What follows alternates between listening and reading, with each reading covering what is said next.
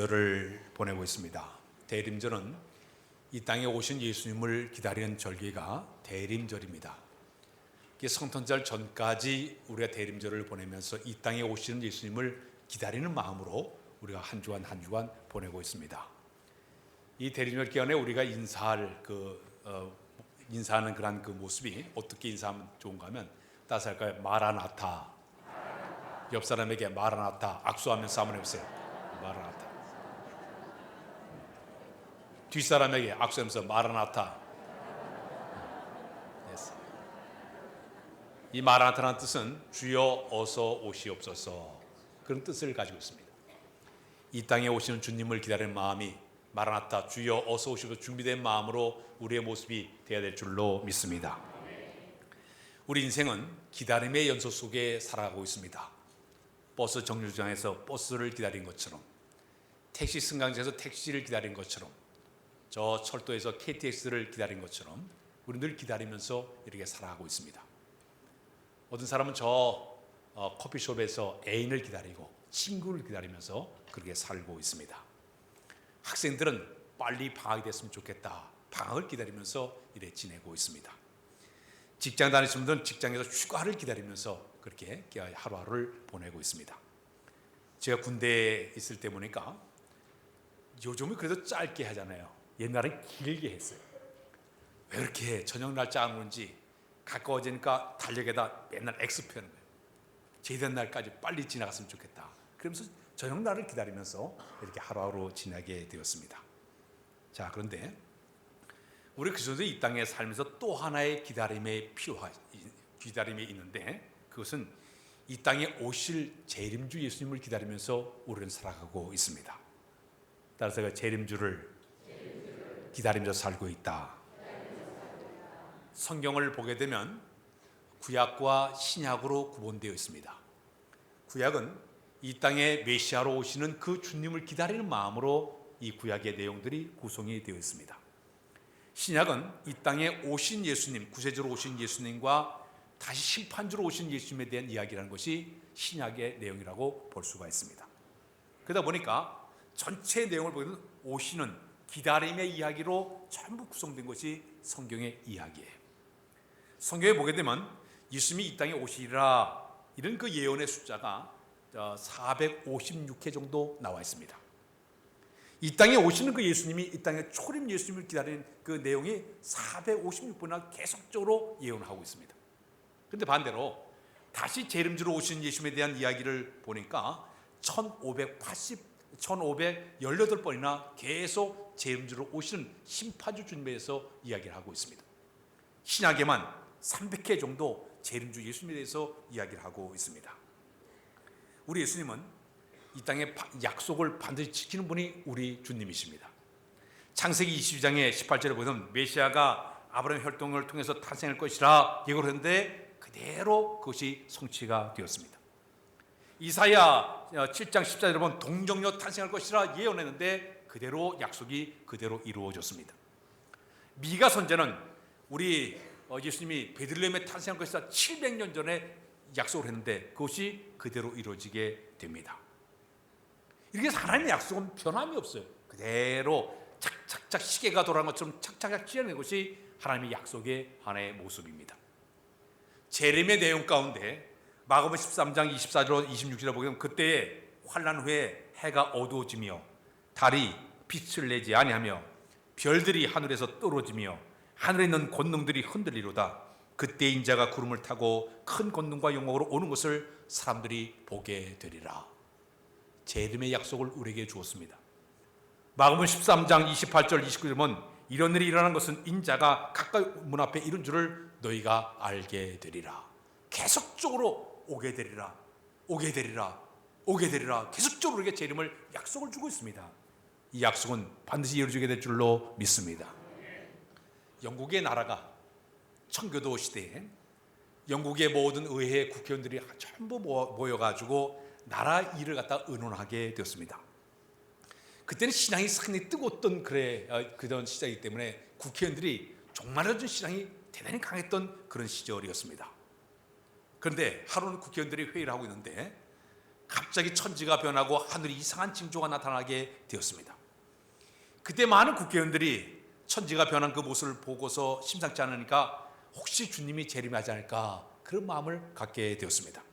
그때 한 청교도인이 여러분 만약 주님이 이 땅에 주님이 갑자기 우리에게 올 것 같으니까 우리 회의를 멈추고 빨리 주님 맞이할 재림 준비를 우리가 합시다 하고 이제 건의하게 되었습니다. 그때 한 청교도 의원이 일어나서 말하기를 만일 이 시간에 주님이 오신다 해도 우리는 그대로 앉아서 수천 명 수만 명의 사람들 대신해서 우리의 의무를 충실히 감당하면 됩니다. 아마도 우리 주님이 오실 때 더 기뻐하실 것입니다. 아무리 주님이 재림다 하더라도 맡은 바에 충실하게 준비된 그런 마음을 사는 것이 우리의 마음이 된다고 그분이 이야기하게 되었습니다. 사랑하는 여러분, 사람들은 내일 닥칠 일에 대해서 미리미리 준비하면서 살아가고 있습니다. 비가 오려고 하면 우산을 준비합니다. 지진이 일어날 것 같으면 저 지진을 대피 훈련을 하고 있습니다. 과거에 제가 이 국민학교 다닐 때 보니까 민방공 훈련을 하게 되니까 갑자기 학생들을 모아놓고 비닐을 뒤집어 쓰고 바람 반대 방향으로 쏘고 있는 이런 훈련을 계속 시키는 것을 받기도 했습니다. 미리미리 준비하는 거예요. 전쟁을 준비하는 것처럼, 신부가 혼인을 준비하는 것처럼, 학생 입시를 준비하는 것처럼 마지막 이 땅에 오실 그 주님의 재림주에 대한 그 준비된 신앙이 우리에게 필요한 줄로 믿습니다. 성경의 마태복음 25장에 보게 되면 열처녀 비유가 있습니다. 10명의 처녀들이 새 신랑을 맞이하기 위해서 준비하고 기다리게 되었습니다. 근데 미련한 5 처녀들이 있었고 슬기로운 단처가 있었는데 이 미련한 5 처녀들은 기름을 준비를 하지 않았어요. 기름을 준비하지 않고 꾸벅꾸벅 졸고 있다가 신랑이 온다 하게 되니까 기름을 사서 그들이 기름을 사러 떠나게 됩니다. 그런데 지혜로운 이 슬기로운 이 5 처녀들은 기름을 충분히 준비했다가 신랑의 손을 들고 쫓아나가서 신랑을 맞이하게 됩니다.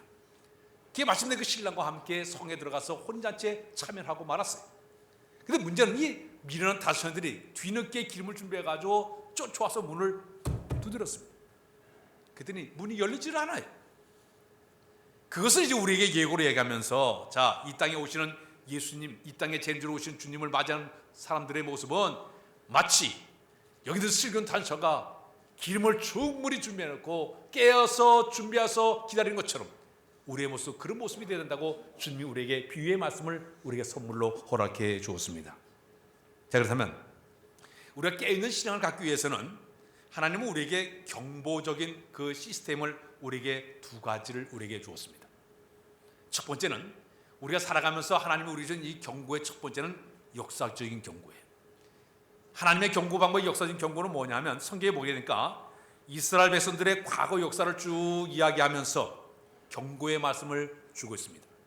이스라엘 백성들이 저 애굽에 403년 동안 종살이 하다가 마침내 그들이 홍해 바다를 건너가지고 그들이 광야 생활 40년 동안을 그들이 하게 됩니다. 그들이 광야 생활할 때 하나님께 그들에게 매일매일 만나를 수북하게 내려서 먹게 만들었습니다. 목이 마르다 하니까 반석을 쳐서 물이 쏟아나게 만들어서 그들이 물을 마시게 만들었습니다. 그런데 문제는 그들이 하나님의 은혜로 구원을 받아서 홍해 바다도 건너고 신령한 음식도 먹고 신령한 물을 마셨음에도 불구하고 40년 동안 광야 생활하면서 그들이 우상에 빠져가지고 우상을 숭배하고 간음을 하고 불평을 하고 원망을 하고 하나님을 불신하다가 끝내 하나님의 심판이 그들에게 주어지게 됩니다. 그때마다 하나님께서는 하나님을 믿지 않고 불신하는 그들에게 불뱀을 물려서 죽게 만드시고 연병에 걸려서 전염병으로 싹 그들을 쓸어버리시고 지진이 일어나게 만들어 그들을 다 집어넣어서 죽게 만들어버리고 하늘 불을 내려가지고 그들 다 살라가 죽게 만드신 여러 가지 심판을 통해 가지고 그들에게 여러 가지 어려운 고통을 주게 되었습니다. 처음에 출발한 사람들이 가나안 땅에 들어간 사람은 단 2명 여호수아와 갈렙밖에 새로 태어난 이 세들이 가나안 땅에 들어가지 않았느냐. 이런 것을 이제 하나님께 경고하면서 봐라, 과거에 많은 사람이 구원을 받았지만 끝까지 신앙을 지키지 못하다가 가나안 땅을 받지 못하고 죽지 않은 것을 너희가 기억하면서 너의 신앙을 끝까지 지켜라. 올 여름 우리의 신앙에 중요한 게 있습니다. 믿음을 내가 갖고 있으면 끝까지 믿음을 지켜야 될 줄로 믿습니다. 믿음은 지켜야 되는 거예요. 천국부터 넘어선 그 순간까지 우리의 믿음 지키는 것이 우리의 신앙의 모습이 되어야 될 줄로 믿습니다. 두 번째 경고가 있습니다. 그것은 현실적인 경고예요. 누가복음 13장에 보면 예수님 당시에 실로암의 망대가 확 무너져가지고 사람이 죽게 되었습니다. 그때 사람들이 찾아와가지고 왜 이렇게 사람들이 갑자기 죽었느냐? 그때 우리 예수님께서 그런 얘기를 하고 있습니다. 너희도 만일 회개하지 않으면 이렇게 망하게 될 것이니라. 그 실로암 망대가 무너진 이유를 그렇게 설명했습니다. 빌라도가 갈릴리 사람들을 갖다가 데려다가 성전에서 끔찍하게 죽인 사건이 났어요. 이 핏값으로 이들이 죽고 마는 것이다. 현실적으로 나타난 이 모든 망대를 무너진 이 사건은 그냥 우연한 사건이 아니에요. 하나님의 심판이 좋은 것을 너희가 기억하고 너희 주변이라는 모든 역사적인 사실을 너희가 잘 영의 눈을 뜨고 바라보면서 준비된 시간을 가지라고 우리 주님께서 그들에게 예고를 한 적이 있습니다. 마태복음 25장에 보게 되면 우리 예수님의 제자들이 예수님을 찾아와서 질문했습니다. 세상 끝날이 되게 되면 어떠한 징조 현상이 일어날 것입니까? 하고 물어봤습니다. 그때 우리 예수님께서 제자들에게 가르쳐줬습니다. 이제 세상 끝날이 되게 되면 사방에 적그리스도가 나타나서 너희를 미혹할 것이니라. 이단들이 들끓게 돼가지고 너의 신앙 흔들어 버릴 것이다. 난리와 난리의 소문이 있고 첫째 기근과 지진이 일어나고 민족과 민족이 싸우고 나라가 나라 싸우는 그런 일이 앞으로 벌어지게 될 것이다. 심지어 사람들이 사랑에 식어지게 되고 사람들이 실족하게 되고 넘어지고 신앙을 팔아버리는 그런 일이 세상 마지막 날에 있게 될 것이다. 이러한 현장적 징조를 너희가 잘 바라보고 너의 신앙을 잘 지켜라. 주님께서 우리에게 하신 말씀이에요. 과거에 미국 나라에 큰 사건이 일어났습니다. 어떤 일이 있었는가 하면 미국의 그 세계 무역회관 쌍둥이 빌딩에 그 이슬람 극단주의자 테러범이 여객기를 몰고 와가지고 그 빌딩에 와서 들이받았습니다. 여러분들 다 TV를 통해서 봤을 거예요. 부딪힌 순간 순식간에 한두 시간 만에 갑자기 확 그 빌딩이 막 불타면서 무너져서 수천 명의 사람들이 생명이 사라지고 말았습니다. 당시에 미국 나라가 20세기의 최고 고층을 최고 문명의 상징인 그 엄청 첨단의 그런 빌딩을 세워놓고 부를 자랑하고 사람들이 물질 문명을 우성했던 그런 시대 속에 하나님께서 그 빌딩이 확 무너지게 되니까 그때 미국에 교회 한 40만 개 교회가 있었습니다. 그 모든 교회들이 그 모습을 바라보고 하나님의 심판된 경고를 깨닫고 열심히 그들이 신앙생활에 돌출해서 교회에 나가는 사람들이 점점 많아졌다고 얘기하고 있습니다. 일어나는 역사적인 사건 사고를 바라보면서 아하, 하나님의 심판이 가까우고 주님이 가까운 것을 바라보는 것이 바로 현실적인 경고라고 볼 수가 있습니다. 사랑하는 여러분, 우리나라를 보십시오. 세계를 보십시오. 여러 모양으로 일어나는 현상들이 많이 일어나고 있습니다. 세상에 종말적인 사건들이 많이 일어나고 있습니다. 우리 영의 눈을 뜨고 바라보면서 세상의 종말을 잘 준비할 만한 재림주를 맞이하게 준비한 우리의 신앙이 되어야 될 줄로 믿습니다. 1833년도에 스웨덴에 노벨이라는 사람이 있었습니다. 이 사람은 화학자고 발명가였습니다. 33살에 이분이 다이나마이트를 발명을 해서 온 세상을 떨떡하게 만들었습니다. 그 후에 그가 이제 다이나마이트를 만든 지 30년이 지났어요. 어느 아침에 그 신문을 보다가 깜짝 놀라고 말았어요. 거기 보니까 알프레드 노벨이 죽었다. 그런 글이 나왔습니다. 프랑스 기자가 동명의 인주도 모르고 노벨이 죽었다는 걸 갖다가 뻗어 살아있는 사람을 갖다가 노벨이 죽었다고 써가지고 뭐로 썼는가 하면 다이나마이트의 왕이 죽었다. 죽음의 사업가가 죽었다. 파괴의 발명가가 죽었다. 이래가지고 크게 신문에 대피를 쓰게 되었습니다.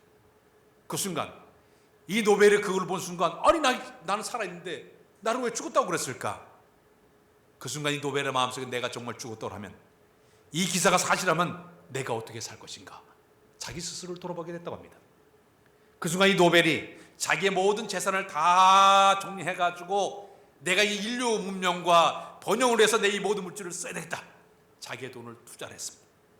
그래서 그 당시에 그가 평생 벌은 돈을 갖다가 내놓은 돈을 가지고 노벨상을 만들었어요. 스웨덴에 가면 그 노벨상 그 박물관이 있습니다. 제가 그거 가본 기억이 있어요.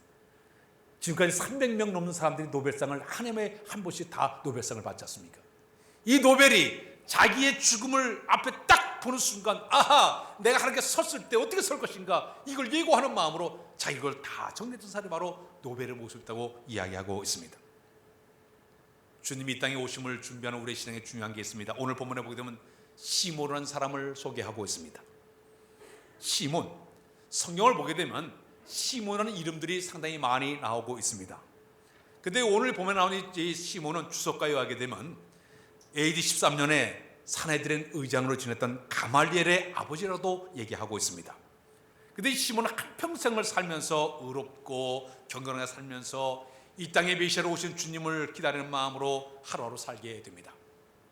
특히 그는 성경 말씀에 700년 전에 이사야 선지자가 선지한 예언의 말씀을 그대로 굳게 믿고 메시아가 올 것이다, 이때쯤에 올 것이다, 그것을 가지고 매일매일 경건한 신앙으로 하루하루 지나게 되었습니다. 그런데 이 당시에 시몬이 활동한 이 시대가 완전히 영적으로 암흑시대였습니다. 이사야 선지자가 활동한 그 당시 사람들이 조금 메시아를 기다렸다가 시간이 흘러가지고 쭉 시간이 흘러가서 700년의 세월이 흘러가다 보니까 사람들의 신앙이 다 메말라 버렸어요. 영적으로 다 완전 잠을 자는 시기가 되었습니다. 덕이 그때에 로마 나라가 와서 이스라엘 나라를 지배하게 되니까 사람들의 신앙이 다 병들어서 정치적, 사회적 악방을 당하다 보니까 세상에 동화가 되어가지고 그냥 세상의 쾌락대로 자기 멋대로 그저 사는 사람들이 점점 많아지기를 시작을 했습니다. 이게 영적으로 완전히 쾌락해져 사는 이 시대에 그럼에도 불구하고 이 시몬만큼은 그렇게 살지는 않았습니다. 오늘 성경에 보니까 25절에 그는 의롭고 경건하여 이스라엘 위로를 기다리는 사람이었더라. 그는 어떻게 살았는가 따라서 할까요? 의롭게 살았다. 이 말은 옳게 살려고 애를 썼다는 얘기입니다. 바르게 살려고 애를 썼다는 얘기입니다. 많은 사람들이 다 이 영적 기갈을 당해가지고 다 영적 타락해 살고 있음에도 불구하고 이 여기는 시몬만큼은 올바로 살려고, 바르게 살려고, 참되게 살려고 애를 쓰는 사람이 바로 이 시몬이었다고 얘기하고 있습니다. 오늘날 우리 주변에 보게 되면 많은 사람들이 신앙생활을 할 때 어떤 사람들은 새벽기도도 나오고 철학기도 나오고 수예배도 나오고 금요예배도 나오고 전도하고 봉사하고 아주 열심히 사람들이 굉장히 많아요. 근데 어떤 사람들은 그 모습을 바라보면서 뭐 그렇게 요란스럽게 예수를 믿느냐고, 뭐 그렇게 유별나게 예수를 믿느냐고, 옆에서 우리가 대충 믿지 쉬엄쉬엄 믿지 뭘 그렇게 유별나게 믿냐 사람들이 비우는 사람들이 굉장히 많아요. 심지어 어떤 사람들은 봐라 저 세상에 얼마나 즐겁고 신나는 것이 얼마나 많았냐, 외국에 놀러가고 산으로 들로 바다로 낚시 가고 골프 가고 여러 모양으로 사람들이 살아가고 있습니다. 오늘 예배드리는 이 모습을 보면서 고리타분하게 거기서 예배를 드리냐고 비우는 사람들이 굉장히 많을 것입니다. 그러나 올바른 의의 사람들은 그럼에도 불구하고 하나님을 향한 뜨거운 마음이 우리 가운데 있어야만이 의로운 마음으로, 정직한 마음으로, 주님을 기다리는 마음으로 살아가는 우리의 모습이 되게 될 줄로 믿습니다. 노아 시대 때 노아가 120년 후에 방주를 예비하고 있었을 때 그 시간 날 때마다 사람들에게 가가지고 얘기하지 않았습니까? 앞으로 120년에 이곳이 멸망할 것입니다, 물로 심판받을 거 계속적으로 얘기할 때 모든 사람 다 비웃었어요. 정신병자 취급했습니다. 그러나 노아는 의로웠기 때문에 끝까지 잘 준비했다가 마침내 노아의 가족을 다 구원하지 않았습니까? 소돔과 고모라 시대에 천사들이 찾아와서 롯의 가정에 와가지고 앞으로 하나님이 이 땅에 불로 심판할 것이다 예고했습니다. 롯의 사이들은 그 말 농담으로 여기지 않았습니까? 그들은 다 심판받고 말았습니다. 사랑하는 성도 여러분, 우리의 신앙은 이 시몬과 같이 당시의 모든 사람이 다 영적으로 무감하게 빠져가지고 지못해 살았지만은 그럼에도 불구하고 올바로 살려고 애를 쓰고 바로 살려고 애를 쓰는 이 시몬의 신앙을 가지고 재림 신앙을 준비하는 여러분들의 모습이 되어야 될 줄로 믿습니다. 두 번째, 그는 경건했다고 소개했다. 경건하였다. 성경을 보게 되면 경건이라는 단어가 한 102번 정도 나오고 있습니다. 이 경건한 뜻은 유세베이아, 이 뜻은 순결한 양심으로 하나님을 예배한다는 뜻을 가지고 있습니다. 경건이라는 얘기는 내가 하나님을 잘 섬긴다, 잘 봉사한다는 뜻을 가진 것이 바로 경건이에요. 사전에 보니까 이 경건을 그렇게 표현하고 있습니다. 거룩함과 경외함, 구별되이 하나님 앞에 두렵고 떨리는 마음으로 예배자의 마음을 가지고 하나님을 섬기는 그 모습이 바로 경건한 신앙으로 이야기하고 있습니다. 저는 그런 생각이 들어요. 우리는 이 하루하루 살아가는 모습이 예배자의 모습으로 우리가 살아가야 될 줄로 믿습니다. 어떤 사람들은 교회 와서 이 1시간 예배 드리는 거면 예배로 생각하고 있어요. 예배라는 것은 오늘 와서 이 예배를 드린 다음에 모여 예배를 드린 다음에 흩어진 예배자로 나가서 세상 예배자의 모습으로 살아가야 되는 것입니다. 내가 장사하는 것도 예배자로 내가 장사하는 겁니다. 직장 다니는 것 예배자의 모습으로 직장생활을 하는 것이에요. 사업하는 것도 예배자의 모습으로 사업하는 것이에요. 내가 사람을 만나고 내가 가가지고 내가 무슨 일을 하든지 간에 모든 상황이 다 하나님 옆에 서 있는 예배자의 모습으로 경건된 모습을 가지고 우리의 모습을 살아가는 것이 우리의 모습이 되어야 될 줄로 믿습니다. 썬데이 크리스찬이 있어요. 썬데이 크리스찬은 주일날 하루만 또 한 시간만 예배자로 사는 사람이 있어요. 그러나 우리는 에브리데이 크리스찬은 뭐냐? 매일매일 순간순간마다 삶 그 자체가 다 예배자의 모습이 되어야 될 줄로 믿습니다. 학생들이 저희 집을 이렇게 가다 보면 중학교도 있고 고등학교가 있어요. 요즘 보니까 중학생들도 화장을 하고 다녀요. 찍어 바르고. 근데 지나가다 보니까 학생이 저녁 때쯤 되니까 치마를 이렇게 돌려. 짧게 입고 지네끼리 모여가지고 화장하고 막 거울 보고. 야, 제가 볼 때마다 어떻게 저렇게 할까? 고등학생들은 저 숨어가지고 담배를 피우고 있어요. 지네끼리. 제가 볼 때마다 어떻게 저렇게 살지? 옛날에 우리 꿈도 꾸지 못한 그런 현상들이 나타나고 있습니다. 다 일탈하고 싶은, 자기의 그 생활에서 좀 벗어나고 싶은 그런 마음들을 갖고 살아가고 있어요. 제 아들을 보니까 군대에서 휴가를 나왔어요. 처음에 휴가 탁 와서 보니까 오자마자 옷을 탁 걸어놓고 모자도 탁 놓고 신발도 탁 이래놓고 처음에는 이 군인정신이 있어가지고 괜찮았어요. 또 외출할 때 보니까 이 짧은 머리에다 무스도 발라가지고 이렇게 해가지고 그리고 나가서 그래요. 시간이 흘러가니까 2번, 3번 나오는데 서서히 흐트러지기 시작을 해요. 신앙의 모습이 어떤 신앙이 되어야 되느냐? 하나님께 늘 서 있다는 그런 마음을 가지고 흐트러지지 않는 그런 신앙을 간 것이 경건의 신앙이 되는 줄로 믿습니다. 유명한 스코틀랜드 종교개혁자 존 낙스의 묘비에 가면 그는 이런 글을 써놨습니다. 여기에 어떤 인간도 두려워하지 않았던 한 사람이 누워있다. 그건 평범했습니다. 그러나 늘 하나님 앞에 서 있다는 두려운 마음을 가지고 산 사람이 바로 이 존 낙스였습니다. 늘 하나님 앞에 서 있다는 두렵고 떨리는 마음으로 살던 사람이 바로 존 낙스였습니다. 오늘 우리의 신앙도 마찬가지예요. 늘 하나님이 나를 바라보시겠다, 면전에 서 있던 이런 마음을 가지고, 호람되어의 마음을 가지고 우리의 신앙의 삶을 살아야 될 줄로 믿습니다. 그러면 경건한 삶을 살기 위해서는 4가지의 자세가 우리에게 필요합니다. 첫 번째는 따라서 할까요? 하나님의 뜻을 알아야 된다. 경건에 사는 비결은 하나님의 뜻이 무엇인가 알아야 되는 것입니다. 로마서 12장 2절에 보게 되면 하나님의 선하시고 온전한 뜻이 무엇인지 분별하도록 하라. 다른 성경을 쉽게 해석하기 이렇게 놨어요. 너희가 이 세상에 동화되지 말고 너희 생각을 새롭게 함으로 변화를 받으라 소개하고 있습니다. 우리가 경건하게 사는 비결은 하나님 뜻을 잘 분별해서 세상에 동화되지 아니하고 우리의 생각을 새롭게 하며 변화를 받아 온전히 살아가는 것이 바로 경건의 자세가 되게 될 줄로 믿습니다. 두 번째는 하나님의 거룩함을 우리가 회복을 해야 됩니다. 하나님의 거룩함을 회복하자. 사탄에게 빼앗던 내 마음을, 하나님의 형상을 빼앗던 그 마음을 내가 다시 회복했어. 하나님의 형상을 지음받은 모습으로 살아가는 이 모습이 바로 경건한 삶의 두 번째 모습이 되게 되는 것입니다. 세 번째는 두려운 마음, 존경하는 마음으로 사는 것이 바로 경건한 삶의 모습입니다. 두려워한다는 말, 무섭다는 말 이런 표현되는데 하나님 앞에 내가 존경스러운 마음으로, 떨리는 마음으로 살아가는 이 모습이 두려운 마음, 존경하는 마음이 바로 우리가 경건을 유지하는 세 번째의 방법이 되게 되는 것입니다. 마지막 네 번째는 진실하게 사는 것이 바로 경건한 삶의 따라 진실하게 살자.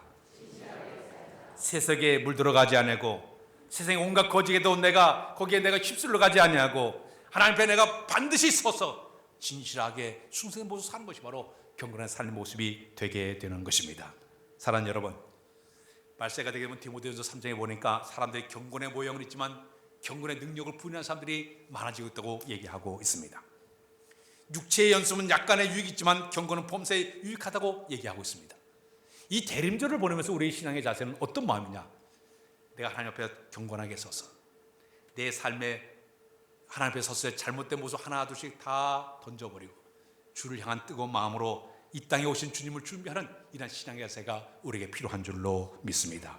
겨울철이 되게 되면 운동선수들이 동계 훈련을 하게 됩니다. 군인들도 혹한기 훈련을 하게 됩니다. 몸을 단련해서 좋은 성적을 거두기 위해서 정신무장해서 이런 훈련을 하는 것처럼 우리 예수 믿는 사람들은 날마다 경건의 훈련을 언제 하고 있느냐? 마틴 루터가 그런 얘기했어요. 주일 예배를 거룩하게 지킨 것이 바로 천국 가는 훈련이라고 얘기했습니다.